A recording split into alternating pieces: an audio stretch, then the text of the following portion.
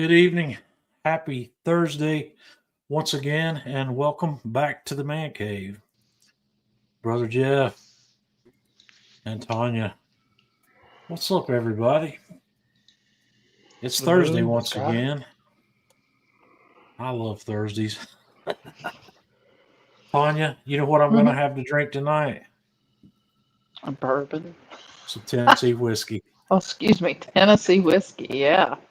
Jeff, are you having a drink with us tonight? Yes, I am. What are Have you me a little having? Eagle Rare. Yeah, I'm going to have a pour of this bottled in bond Jack Daniel's Black Label. I haven't poured that in a while, and I like it. So that's uh that's what I'm having tonight. Here, I thought you were saluting to my dead soldier. No, you got a dead soldier? I had a dead soldier. Eagle Rare bottle. Yeah, but you got more. Down Ah, to two more. Jeff bought a 6 pack of Eagle Rare a while back. Tanya's munching on macarons and probably got a coffee going up in there, don't you? Yep. Hmm. So yeah, it's been a week here. So cheers, everybody, and happy Thursday. If you're cheers. having a drink with us, let me know in the comments what you're having and where you are. A malted rye. That's good. Russ is having a malted rye. That sounds good. I cheated.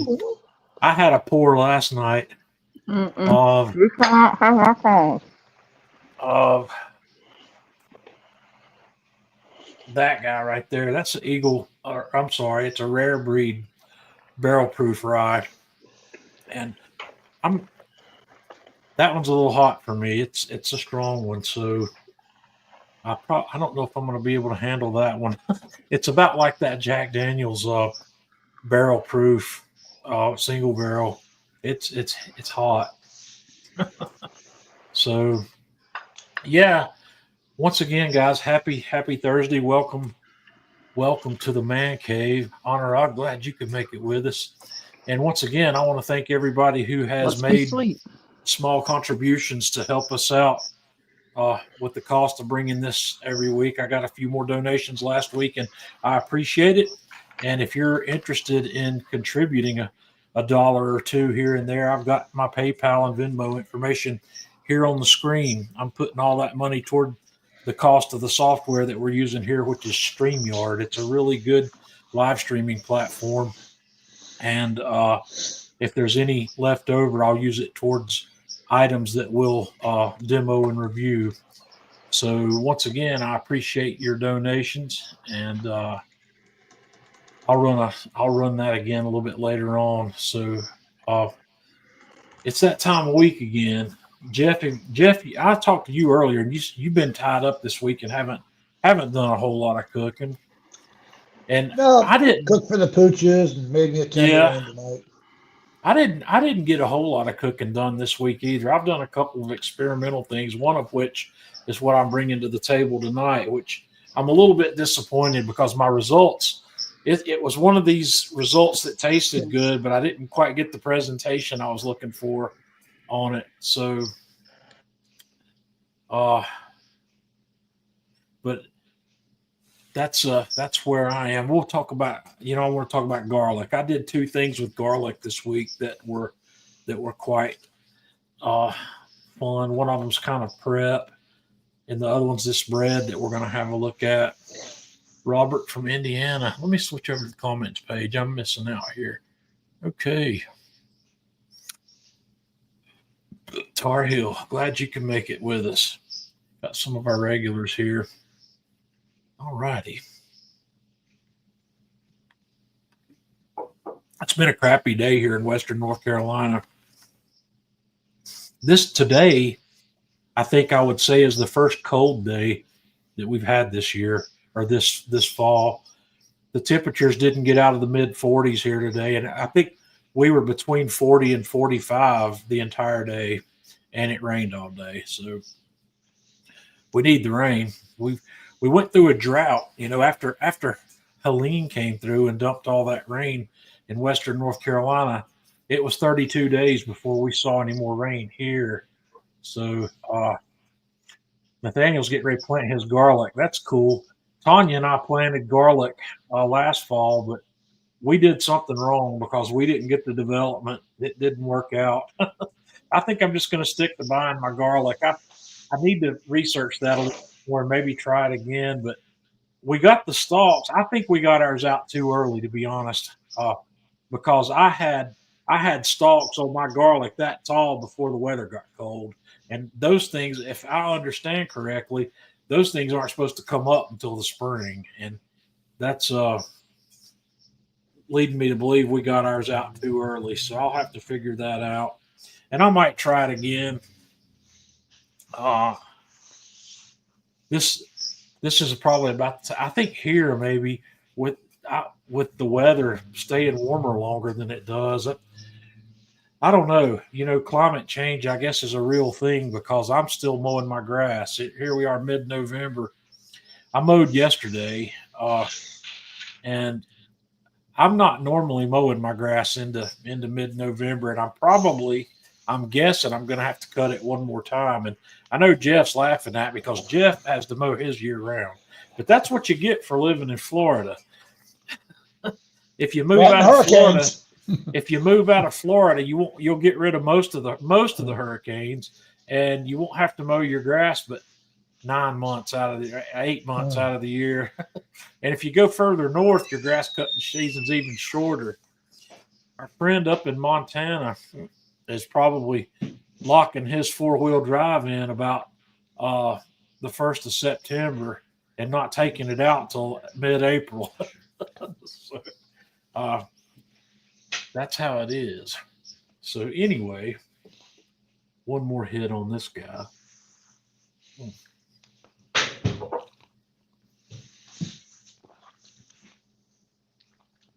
All right. Well, Tanya, we'll bring you back in a little bit. So, garlic. You like garlic, Jeff? Oh, yeah. Who doesn't like garlic?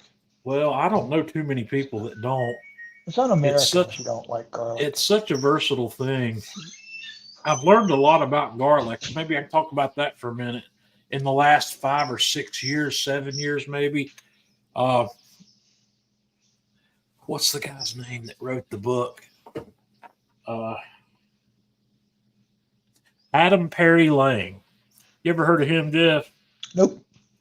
He's the author of a book called Serious Barbecue. It's one of my favorite books. It's got a lot of what I'd call difficult content in it. It's not always the easiest stuff to pull off. But I learned a trick from him maybe, I don't know, 8 years ago, maybe, when I got that book about garlic. And since I've learned this, I have never bought jarlic. We call it jarlic, the minced garlic in a jar. I've never bought it again because when you got a nice clove of garlic or a nice head of garlic, Adam Perry Lang showed me how to use a microplane grater to mince that garlic at a really fine mince, and I've never looked back. I've always minced my garlic, and it's just better. The garlic, I don't know whether it's the fact that the garlic's fresh or that it hasn't been packed in oil or whatnot makes it better, but when you're using fresh garlic, when you need to mincing it on a microplane grater, if you don't want to use it, you got to use one of the fine ones, one of the ones that you would use to, I guess it's the finer grade. It's the finest of the microplane graters. You can get those things in about 2 or 3 different coarsenesses, but it's, I guess it might be the same one that you would do a really fine lemon or orange zest with, but you can use any of them. Whichever one you use doesn't really matter, but you get a really fine mince. Hi, Brian. Glad you can make it with us tonight too. So yeah, that's true. But it's just a better flavor. And I do that. And I buy garlic. I'll just buy a bulb of garlic, and usually if I buy garlic one bulb at a time usually, because I'm never using more than 1 or 2 cloves of garlic at a time unless I know I'm going to need more. So the other day I knew I was going to need more. So when I was at the grocery store, I bought 2 bags. They have those bags in the produce section that have garlic that's already peeled. And to save myself a bunch of time, I went ahead and bought that. Uh, they peel it for you, but they don't cut the woody end off of it. So I took that and I cut them. I cleaned them up. I don't know exactly how much garlic I've got here. I didn't weigh it. I know that what I'm going to show you here is I'm going to show you how I made garlic confit and what I do with it. So, and Anurag, you're correct. You're going to see something I did when I did this bread today. I did the same thing because I wanted that garlic a little coarser, and I did chop it. But if you decide to do the garlic confit, you're going to want to do a larger quantity than I'm doing here, simply because it doesn't really take you any longer to do it. And you'll see what I'm going to get out of this. I'm not going to get as much as you would think, but yeah, there's no vampires around here, so we get to keep all the garlic. So I put that in this saucepan, and then I went up to my herb garden and I clipped off 1 stem of rosemary. I clipped off a stem of oregano. I clipped off some sprigs of thyme, and I got a few black peppercorns out of the cabinet as well. So I'm going to use that in this. And I just tossed them in my saucepan with that garlic. And then I added extra virgin olive oil to the pan, just enough to cover that garlic. And then I pressed the herbs down into it where they can get in there and steep. So I put my oven at 275 degrees and put this saucepan right in the oven. This is a small oven I have. This is that Anova Precision oven, and I use it a lot. So this guy, I just put it in there at 275, and you're going to go from somewhere between an hour to an hour and 20 minutes to completely soften this garlic. It's going to look like it's boiling in there because some of the water in that garlic's going to boil out during this process.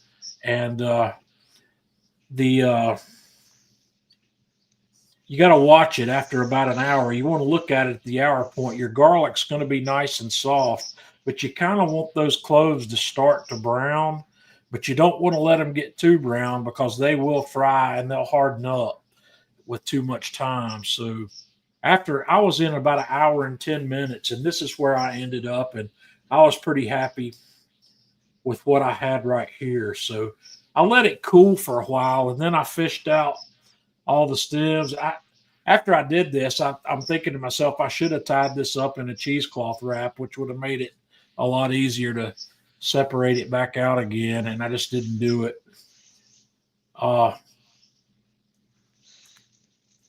So I got my chinois out, and I just dumped it all in there, and then I pulled the garlic pieces out and left the stems and the peppercorns behind, but I did not want to let go of any of that olive oil. So I drained that olive oil off into a separate container because that's some beautiful olive oil. It's a really garlicky olive oil now that's also got the essences of the herbs, the rosemary, the thyme, and the oregano, and the black pepper is in there. So I put the garlic cloves plus a little bit of the herb that I didn't take the time to fish back out into another small pan, and I just took a spoon and went to work at it. I just mashed it. You want to just mash this up into a paste, and once I had it smooth, fairly smooth, I wouldn't call this completely smooth, but it's smooth enough for what I wanted to do. I put them in ice trays, or I put it in an ice tray, and this is all I had.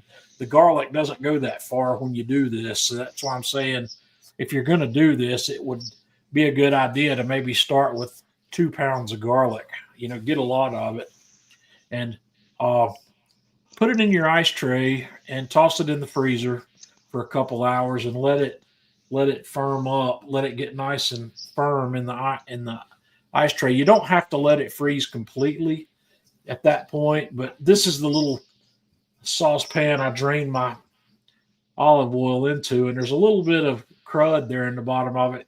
You can see, but I strained that out. I strained it through some cheesecloth into an olive bottle. So now I've got some really nice garlic oil. Hey, Sharon, glad you can make it with us too. I've got some nice garlic oil, and this is what it looked like when I took it back out of the freezer. So I removed all of those blocks from the ice tray, and I just put these in a Ziploc bag and toss them back in the freezer. Now I can pull these guys out one at a time as I need them for whatever I might want to do with it. And some of the things you might do with this, if you're going to make a tomato sauce, for instance, and you want a garlic flavor, you could put one or more of those depending on how much you want. The garlic, when you make garlic confit, or if you've had roasted garlic before, it loses most of its pungency when you do this process. It's not sharp like raw garlic anymore, so you can use a good bit of this without overdoing it. And I would say there's 9 blocks in there, and I would say that each of those 9 blocks probably has 8 or 9 or maybe even 10 cloves of garlic in it. That's what you get when you end up doing this. I didn't count the cloves, so I don't know exactly how many, but I just tossed that in the freezer. And one of the things you can do with that at this point is, like I said, you can use it in your soup. You can use it in mashed potatoes. You can use it in tomato sauce. Jeff, what are some other? You can heat this up and spread it on toast. A lot of people like garlic confit on toast. Yep. Or on something like sourdough toast or something where you want kind of a savory spread on it. But it's really good. Have any of you guys ever tried garlic confit before? Have you done anything with it? And Anthony, yes, you could mix it with butter and make a compound butter. That's definitely something you could do with this. Absolutely. I've done it with this, and I've also done it with simple roasted garlic, because I find that one bulb of garlic tends to be enough roasted garlic to make compound butter from about a pound of butter. That's about what I would normally use if I was going to make compound butter. And I would also put some additional things in it. I might put some additional herbs in it. I might put some additional black pepper in that, because you got to soften the butter. Yep, put it in beans. You could put it in your chili. There's anything you like to put garlic in, you could use this for. So yeah, Honorog, you don't have to make a paste out of it. You can put it in the. You just want to keep it in oil. Keep it in that oil you cooked it in. If you want to put it in the refrigerator, and then you can pull it out 1 clove at a time. But it does have to be refrigerated. It doesn't have to be, but the food police will come after you if they think you're not properly containing the possibilities of botulism. So, and the food police come after me all the time. When you post stuff like this that I post on social media, everybody's they look for an opportunity to criticize what you're doing, and that's one thing. I knew that could possibly come up, so I actually looked up botulism, what kind of temperatures it takes to eliminate the possibilities of botulism. And I'm not so sure that this didn't get beyond those temperatures, because it said 240 to 250 degrees over a short period of time would eliminate any possibilities of botulism being dangerous for you. Botulism it's a spore. It's not a bacteria or a virus. It's not something, or it's not like a single cell organism. It's it takes more than the standard 165 degrees to nullify the dangers of botulism. But when I read about 240 and 250, I'm not so sure that this didn't get that hot, but I did not tempt that oil when I took it out. I probably should have checked it to see if the oil had gotten up above 250, because during a lot of that hour to hour and 15 minutes, the oil would not be over 250. It would probably only be between 212 and 220 while that water's boiling out. It's the same sort of situation you have when you make a clarified butter. When you put that butter in a saucepan, the temperature of that butter doesn't get above 212 until most of that water that's in the butter boils out. You can tell when the temperature is going to start rising because the bubbles from the boiling start going away. You stop seeing them. That's when the butter when the temperature starts to go up in it. So, but anyway, this is a great thing to have in your freezer. There's just unlimited possibilities as to what you can do with this. I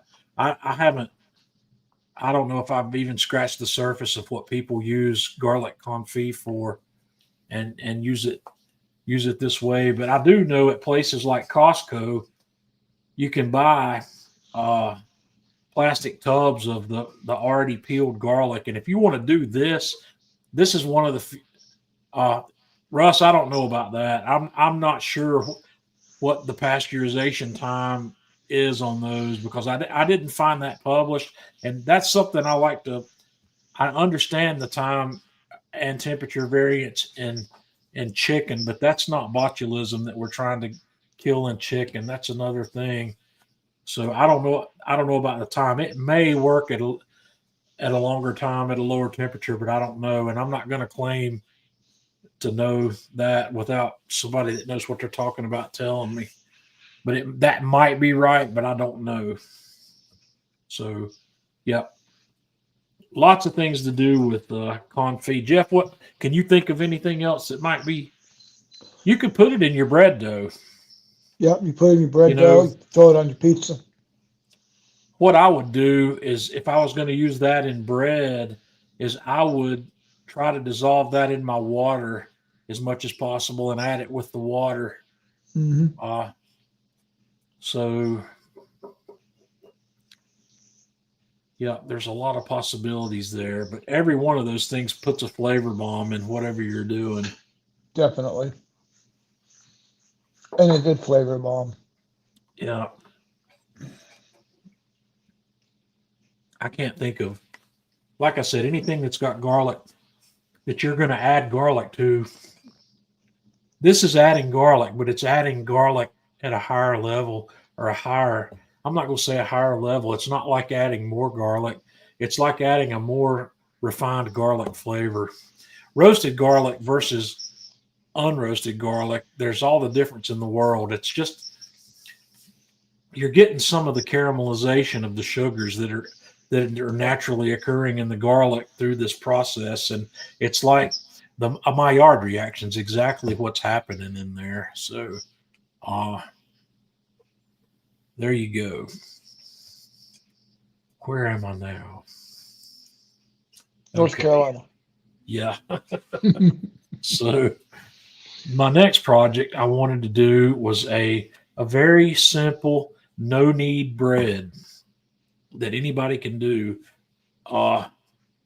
So what I'm going to show you, this is one of the rare occasions where I'm going to show you something that's the first time I've tried it.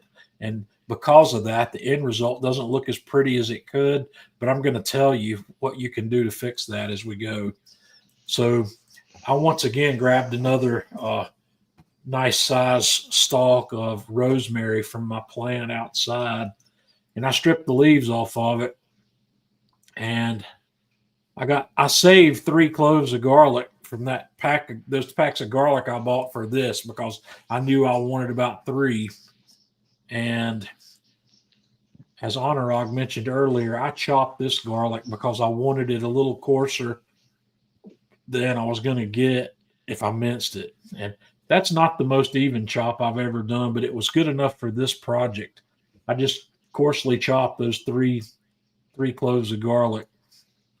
And I coarsely chopped that rosemary also. So I'm going to give you the recipe here at the end. I've got a screenshot of my recipe that I used here. So I've got uh, rosemary, garlic, salt, and a little black pepper going in this for seasonings.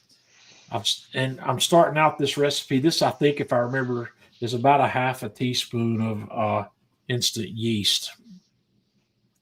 And the flour, I didn't really bother. You guys know I like to weigh my ingredients, and I will admit I weighed this. But if you're uncomfortable with really wet doughs, this was a really wet dough. And Jeff, so you get an idea of what I'm doing here. This is an 85 to 90% hydration. It's a really wet dough. So unless you're comfortable working with really wet doughs, don't I weighed this out at 390 grams of flour, which is 3 cups, roughly 3 cups of flour. Just get 3 cups the way you'd normally get your 3 cups, and you'll end up with more flour than I did. So that will make your dough a little easier to work with. But once again, this dough doesn't require much work, so anybody can pull this off. So I put all that dry stuff in with my flour, and I took a whisk and just mixed it in, and then I added my water. I added a cup and a half of water to this, and I took my little French whisk here and just mixed that until I didn't have any dry flour left. That's all we did. Don't need to go any further than that. I put plastic wrap over my bowl, and we're going to let this guy sit for anywhere from 18 to 24 hours. You need to start this process the day before. And I started this one yesterday evening, and today when I came back, this is about the 18-hour mark. This is what you want this to look like. It's going to have increased in size a good bit, and it's just going to be bubbly on top. So this That's was a room about temperature ferment, right, John? Yes, this is room temperature. Well, slightly less than room temperature. It's a little cooler. It was a little cooler in the house here yesterday than normal. It's non-refrigerated, is what I was. Right. It's not a slow ferment. It's not a cold ferment. And so when that dough looks like that, 18, give it at least 18 hours. And if you give it a full 24 hours, it won't hurt anything. You're not going to overdo this one. So I got my wood board out, put a little bit of flour down, and then scraped the dough out of my bowl onto my work surface. And you can kind of see in this picture how wet and sticky this dough is. So I didn't show all of these in pictures, but one of the things I've done here is as I started this, I sprinkled some flour on top of that dough, and I floured my hands, and I worked it into a bowl shape, a round ball shape. And you just really need to ball this up. And really, if you don't have any experience shaping a bowl, there are tons of videos on YouTube that show you how to do it, or just keep your hands floured and fold the dough over itself over and over again, and then flip it, and you'll end up with something that's close enough for this project. This doesn't require any kind of special work. So once that's done, you're going to get a 10-inch cast iron pan. I happen to have this one Lodge pan that's a 10-inch pan that doesn't have a handle on it, a long handle, and I like to use this one when I'm cooking in the Kamado because it allows me to keep my pan in the center of the grill without having to shift it off to one side because of the handle. So I oiled the pan, and in this pan, I used a little bit of that garlic olive oil that I had left over from the garlic confit. I spread that out in this pan, and then I just set my dough there right in the middle. And then I took some saran wrap, and I used cooking spray on the underside of that saran wrap where it would not stick to my dough. And I laid that saran wrap over the dough, and we're going to let this sit here for another 2 hours or so to let that rise up again. And 2 hours later, it's expanded out and risen up almost to the top edge of the pan there. And at this point, it's ready to go. It's ready to go on the grill. And but while this was doing, this is what's called the final proof. I had my Kamado Joe warming up to 450. I had set it up to cook at 450 with an indirect cook. Jeff, I didn't do this on the Huntsman because I haven't tested the Huntsman enough. I'm not sure how much coal I've got to put in that thing to run it at 450 for 45 minutes to an hour, because I know it's going to take a lot of coal to do that. Chimney and a half. Yeah, I haven't tested that yet, so I decided not to. I decided not to try it on the Huntsman today. I didn't want to mess up in that realm, so I tossed it. That Joe's awful dusty. My Joes are getting neglected a lot lately because I've been doing most of my cooking on the Huntsman and on the Lone Star. So I should have at least wiped the dust off of that before I took that picture. But I just set it on there, and this is going to need. This is a lean dough. This is like a sourdough because we haven't added any oils or fats to this. So this is a high temperature cook, especially with all that water we put in there. We're going to cook it at 450 for 30 to 40 minutes roughly. And I think I ended up going about 35 on this one until it looked like this. I was pretty happy with the way this looked. I was happy with that browning, and you can see there's this little micro blistering all over the top of that bowl. Now, one of the things that I should have probably done to this loaf, and I probably should have scored the top of it. And the reason I didn't is because I've never tried to score a 90% hydration loaf. Have you ever tried that, Jeff? No, nothing that high. I don't know what would have happened, but I think it probably would have been okay to score it after the second rise. I would have, and to score that, you just take a razor blade or a really sharp knife and come right across one length of it and have your blade at about 45 degrees and cut in there about a half to 3/4 of an inch deep, and then put it on. It would have looked a little nicer, and I probably would have had a nice ear that had a dark crust on it. But this guy smelled amazing even before I put it. You could smell the garlic in this before I cooked it. I bet. And so we got a nice loaf, and I let it cool and just sliced it open. And I didn't know what the crumb was going to look like in this bread because I didn't have any kind of I didn't work it at all. I didn't work it prior to shaping that bowl. And that when I shaped that bowl, Jeff, I did one session of stretching and folding to get the bowl to tighten up enough to where it would stand up. And I think I probably stretched and folded 4 times, maybe 5 times before I actually turned it into a bowl. And but this bread's delicious. I made I made the obligatory toast with it just to taste it this afternoon, and it's fantastic. Absolutely. And it's easy. It's easy to make. I'm still trying to sort out why a lot of people have aversions to making bread, and I think on this particular loaf, there's no real hands-on work, with the exception of shaping that bowl, making that ball, and putting it in the pan. But I'm willing to say, if you don't want to do that on this loaf, if you will just make it into the best ball you can and drop it right in the middle of that cast iron pan, and then pick up where I did, you're going to have bread that's delicious. You're going to have very edible bread. The shape of the loaf might be slightly different in the end, but it's going to be delicious. That bread develops gluten while it's sitting in that overnight ferment, and you can see it. You'll see it when you take it out of your bowl. You'll see these. It's all stringy when you're pulling that dough apart. a huge gluten network there that just kind of develops on its own overnight. But it's really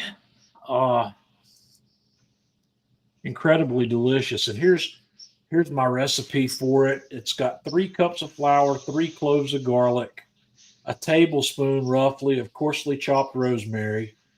I used 1 1/4 teaspoons of salt, and that's kosher salt.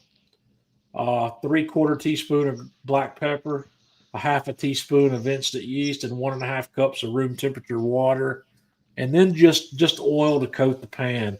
But this is something that if you want to make some kind of, this would be a great addition to the Thanksgiving table. You know, having a garlic bread like this to serve on. Hey, Anthony, you probably could cook this in a loaf pan. That would require, well, that maybe even would require less shaping. The shaping process is part of what helps the loaf rise. So it's I don't know. Yeah, you could do this in a loaf pan. I would grease that loaf pan very well before you put that wet dough in there, though. As my What do you wife think, would Joe? say, grease the bejesus out of it. Yeah. So, Because you're right, that wet of a dough, you don't have it greased, it's going to stick in that loaf pan big time. but it was very good. It's very. Tanya hasn't been given a sample of this yet, so she won't be able to comment on it. John. I know. Well, I made dinner tonight, and I didn't want to serve bread with the dinner because we had pasta for dinner, and that's something else I'll have to tell you about down the road. I tried a New York Times miso pasta recipe today that it was really good. It was intriguing, and I'm still up in the air on how much I like it. There's nothing I don't like about it, but I'm trying to determine. You'll see more about that later. I'm going to take that recipe and I'm going to work on it. I'm going to turn it into something that I think will be better than what it is, because I did it exactly as written. It was, like I said, a New York Times cooking recipe that you basically cook pasta in miso. You take miso paste and mix it with water and cook your pasta in that. And you're not draining the pasta. You're only putting a limited amount of water in there. So the pasta is absorbing that miso water. You put a little extra salt in the water and black pepper, and you put a little oil in that water also. And it's really a unique flavor. Oh yeah. Oh, and you put mascarpone in it as well. You put half a pound of mascarpone cheese in it. So it's very good. But I think there's room for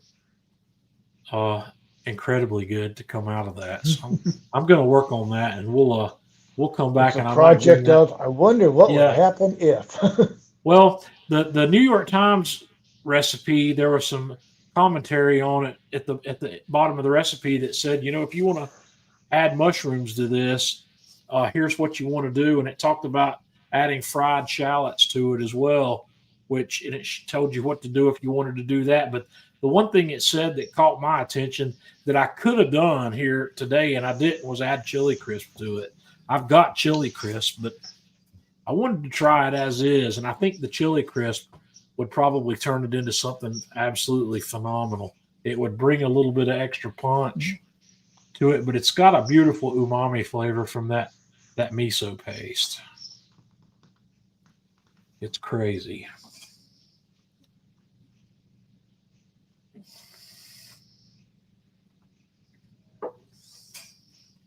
Anurag, I think the texture was as good as any mac and cheese. You could put crumbled bacon on it, and you could top it with breadcrumbs and bake it probably just like you would a baked mac and cheese as well. I don't see why you couldn't do that. there's a lot of possibilities for it. It's one of these recipes that I look at and say it's a good starting point, and it's got a lot of possibilities. Let me pull it up. Let's see if I can find it. I'm logged into the New York Times down here. Dennis thinks we should do a cookbook, John. A cookbook? Yeah. I don't know about that. Let's see if I can find this recipe here. Here we go. So this Yes, Anthony, it is. is he talking to you? Yeah. What's Kevin hanging out? No. This is an abominable snowman on the. Okay. If you look at my right ear, your left ear, you're looking at the left. Oh, I guess. okay. I see You can see you. it back All there. right.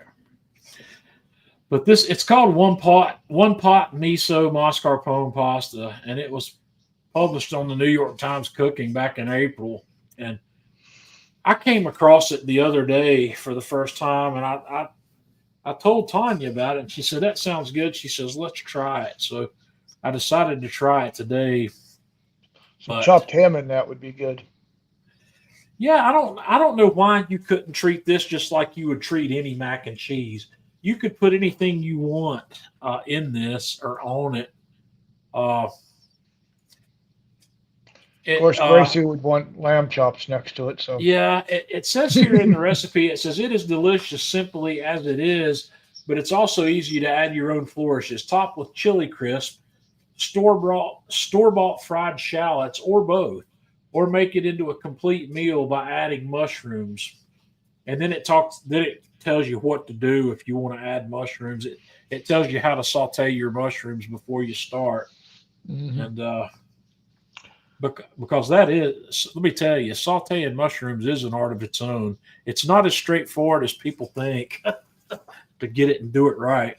So mushrooms give up a lot of water when you put them over a lot heat. of water. And so you got to let that happen. And a lot of times I will, if I'm going to People saute being patient. mushrooms, I put them in the dry pan first.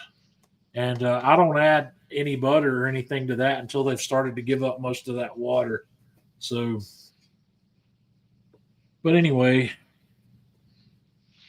what does Jeff think about the garlic bread? I thought it was great. Yeah. Janice Oh, thinks you know the me, crispy I'm all- shallots sound good. I'm all for bread. Yeah. Chicken. Yeah, there's no reason you couldn't serve it over or with anything. It's Mhm. I'm curious. The whole miso thing is something I've never spent much time playing with. I was telling Tanya earlier today that I don't think I really understood miso very well because I've not eaten it very often. I've had miso soup before, but it's one of these situations where it's only a light's come on in my head in the last few years of that's the miso flavor that's coming from miso, or it's coming from fermented soybeans. Well, It's going back to the bread, John, the herbs that was in the bread, did it stand out pretty good? oh yeah, the So now the you could roast. take olive oil and throw some black pepper in it and use it for dunking. Oh yeah, you could dip it. That'd be good. One of the things that I learned a trick for that dip. I'm trying to remember the restaurant I went to. I think it was a Carrabba's Italian restaurant, maybe. Is that oil and black pepper? You got to put a little balsamic vinegar in there as well. That dip with a little balsamic vinegar. They give you this bread. I think it's at Carrabba's. That's been a long time since I've eaten there.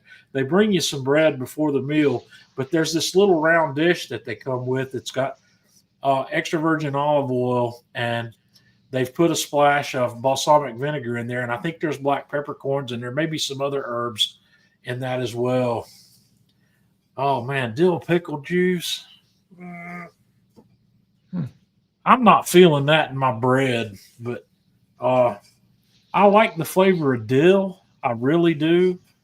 I'm not so sure. Is anybody Dennis, have you done that before? And Try it once. if you have, how much dill pickle juice do you put in there?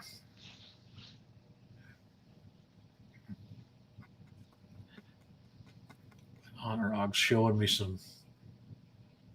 That's probably something I can't get my hands on. I'm not mail ordering miso because it'll be expensive to get it here because most of it's got to be kept cold. That's I don't know. That miso I got today I thought was good. That I don't remember the brand name of it. It was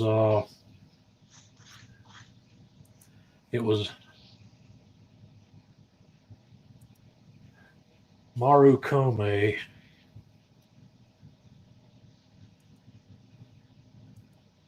That's what I bought. That that's probably a cup, at least a cup and a half of miso paste, and that was like $7 and a half. That's I've got enough to do it again, but I'm I'm gonna I'm going to hang on to this because I've been thinking about going back to wet rubs for beef barbecue, and I don't see any reason in the world why that shouldn't be part of a wet rub. Why that miso shouldn't be there. That flavor, that's the kind of flavor that would work well in a wet rub. So okay. Well, we're probably going to run short tonight because I'm out of stuff. Oh, I know what I want to talk about. I'm working on a post for later on, probably closer to Black Friday. I'm going to make the man cave really right stuff gift wish list to post on the man cave meals page. It's going to be the shopping list for the barbecue guy or girl who's already got everything. So I need your help. I need you to tell me what tools you have. Let's see. Uh, what tools do you have that are not common, that are high end? They're things that you really love and things that you wouldn't want to do without now that you've got it. And it needs to be something out of the ordinary. I'm not talking about your thermopin or your you know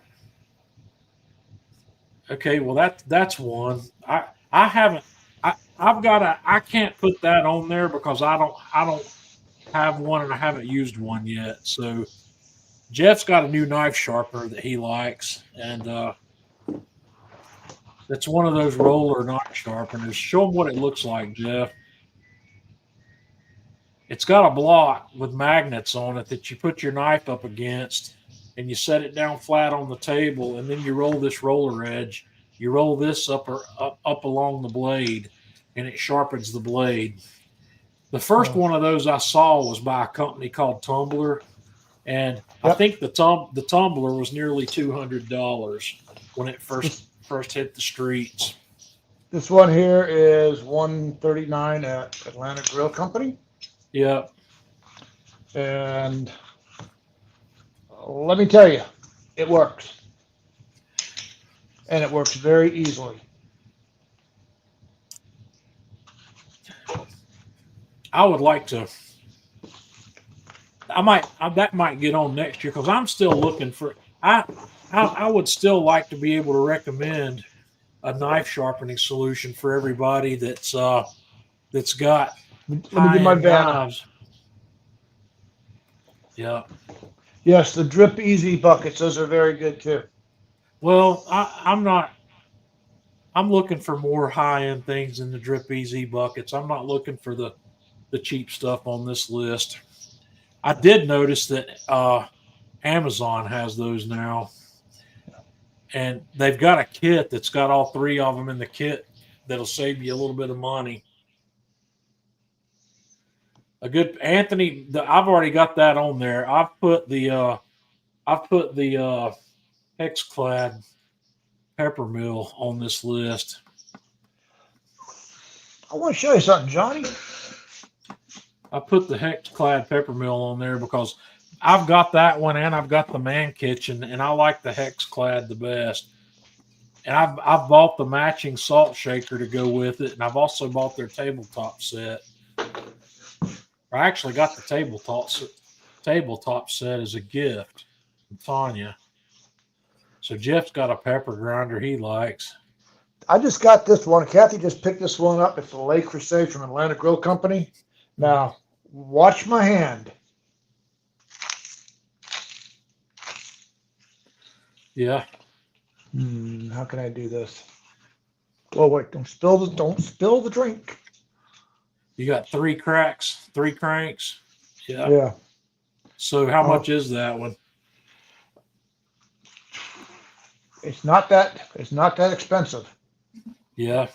You get the salt and the pepper one, and what's really neat is if I can do it now. Oh wait, that's right. Hang on, you gotta take this off. Come on. It just pops off and then it unscrews. Right. And this thing here, like I say, those 3 turns right there, John, over a teaspoon of pepper. Yep. So that's a pretty good output. A frozen drink machine. That's good. I think I'm going to add a sous vide circulator to the list, because that's something that I don't think people have, and I think they should have it, not so much for sous vide cooking, but for reheating frozen meat. Janice says she likes the colors on that. That's his wife's color choice. They've probably got it in multiple colors. Yes, they do. Yep. They've probably got it in most of the common Le Creuset numbers or Le Creuset colors. These just came out here in the last couple of months, this set here. We've got another set of Le Creuset that's not as good. And then I've got the Peugeot peppermill. Right. The one with a little light on it so you can see what you're doing. But I have included the Hexclad. Those were the first things I put on there, because that's something that a lot of people wouldn't buy for themselves because of the cost involved, but it's a great gift item. It's an amazing gift. As far as knives go, I recommend I put my Kramer on there, and I also put a Dow Strong slicer on there. I had it, but I don't have it anymore, so I'm pretty good with the Dow Strong. Well, speaking with the people at the Kramer store, supposedly the Kramer is going to come out in a slicer. Supposedly. Yeah. They didn't say when, but they said supposedly. I won't buy it because I've got a $30 slicer that I'm perfectly happy with. My bread knife doubles as a brisket slicer, and I don't need any. I don't need my white nylon handled industrial bread knife. Yep. That's my brisket slicer / bread knife. I don't feel like I need an expensive slicer because I don't use it that often. If it's a knife I was using every day, it'd be a different story, but I only use it for bread and brisket. And I don't cook brisket hardly ever anymore. I'm about over brisket as much as I'm over turkey. I would rather not cook. if I can get brisket at a good price, I'll cook it. That's something I need you to tell me. Keep your eyes open for when brisket goes back to $1.99 a pound. I had located a Kroger over in Tennessee that I was willing to drive to get brisket, but right now I don't know if I can get to it or not. Yeah. But if I would be willing to drive to get $2 a pound brisket. Yeah, last briskets I bought was from Publix, and they were $2.99 a pound. Because I want to buy a brisket and I want to grind it into hamburger meat and see how that pans out for me. grind the whole thing. So yeah, Eric, brisket has gotten expensive. Well, I don't know. It's back down to pre-pandemic prices. When I first started buying brisket, it was $2.79 a pound, and now it's $3.99 and $4.19 a pound now. So, Yep. but it's hard to say that it's expensive because it's still the cheapest beef you can buy. I don't think there's any beef in the case that's cheaper per pound than brisket. I guess No. the reason brisket looks expensive because it's 15 pounds at a time or 20 pounds at a time. A meat grinder might be a good thing, Mike. I might put that on there. I've got a meat grinder that I really like, and that's a good idea. I've got one of the what's the brand name of that thing? It's the Big Bite, but I don't remember who makes it now. I'm sitting here looking at it, but it's the one they sell at Cabela's, but it's not the Cabela's brand. I think they sell them at Academy Sports also. But I'm going to recommend the one size up from the one I got. So a meat grinder would be a good one. I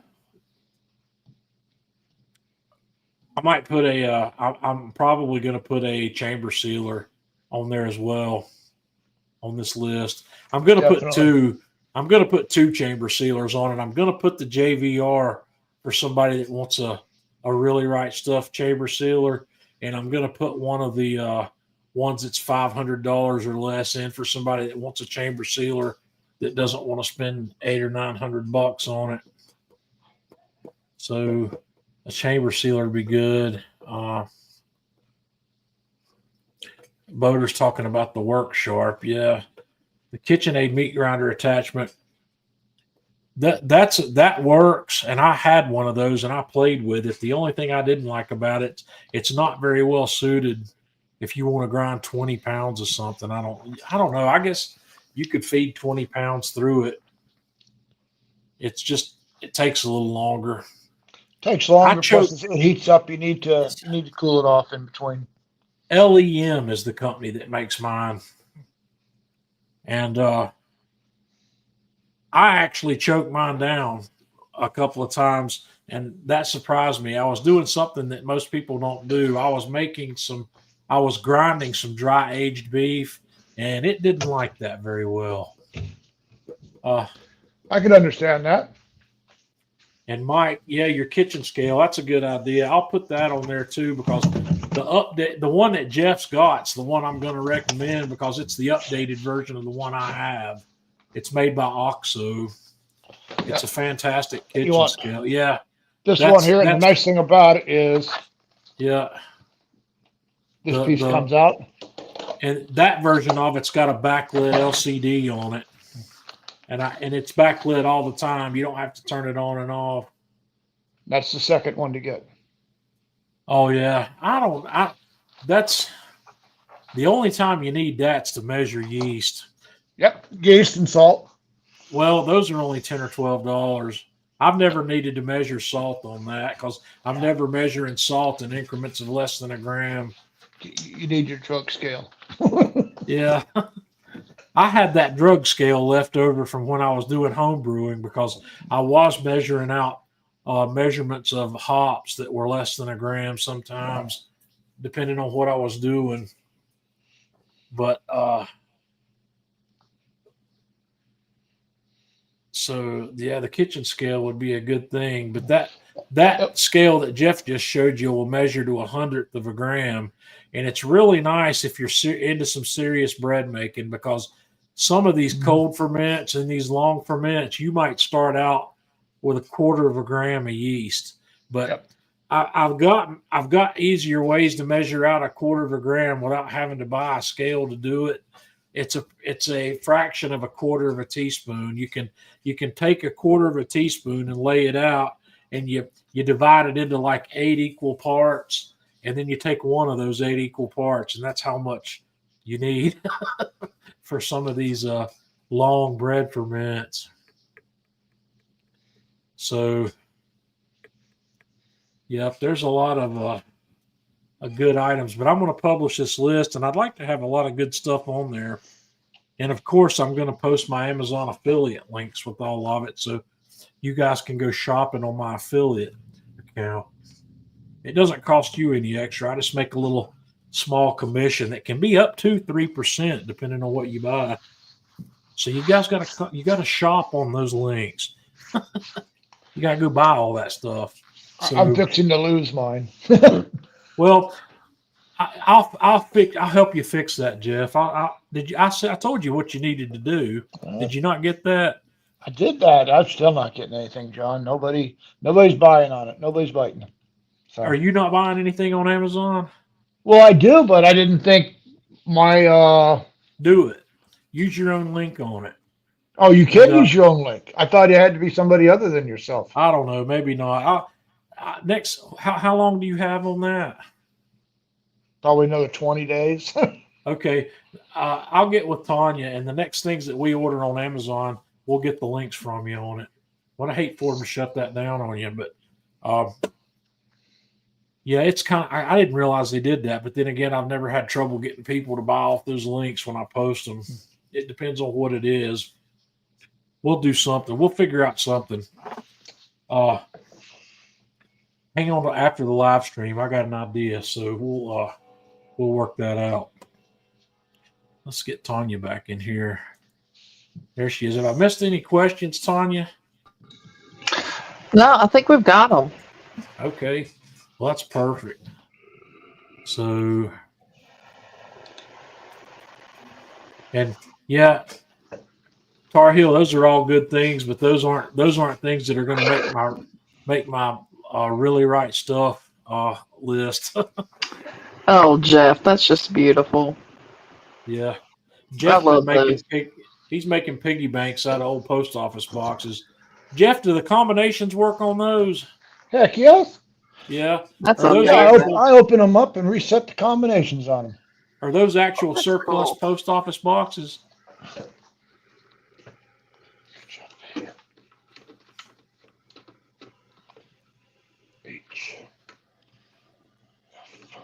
Those things are cool. Jeff's been making those all week. There you go, Johnny. Yeah. That's super.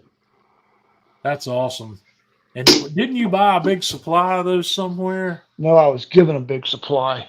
Oh, yeah. Cool. Jeff used to work for the Postal Service. So yeah. When I redid that like Dewey Decimal cabinet for that woman, she gave me 400 and some odd. This set of banks here, that makes 308 banks I've made that I've given away. Wow. That's awesome.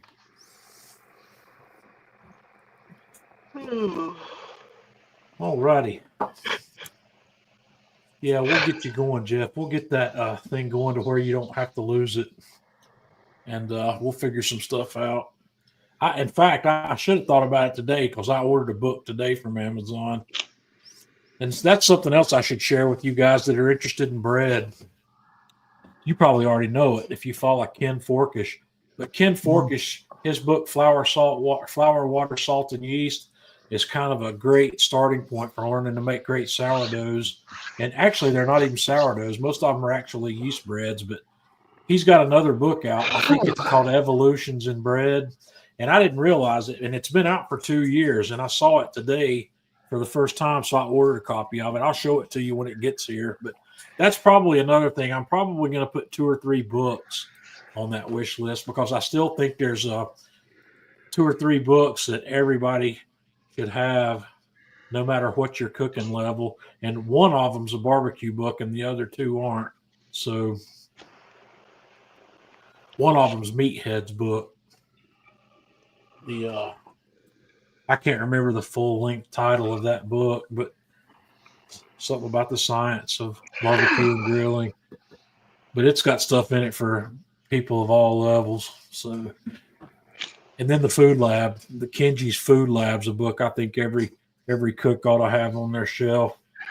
I've quit buying what most people call cookbooks because cookbooks don't teach you anything about cooking. The only books I buy anymore are books that I'm going to learn something about cooking from other than following a recipe. And the more time you spend in those books, the less time you spend cooking with recipes. So it's worth it. All right. Well, guys, it's time for us to wrap things up. I appreciate you hanging out with us, and we'll see you back next week. What's next week? Next week's not Thanksgiving. Thanksgiving's still 2 weeks out. Okay, we're not gonna be here on Thanksgiving. I'm actually working. I'm gonna work Thanksgiving. I'm taking an extra shift to put some extra money in my rainy day fund. So y'all have a good week, and we will see you next time around. Take care.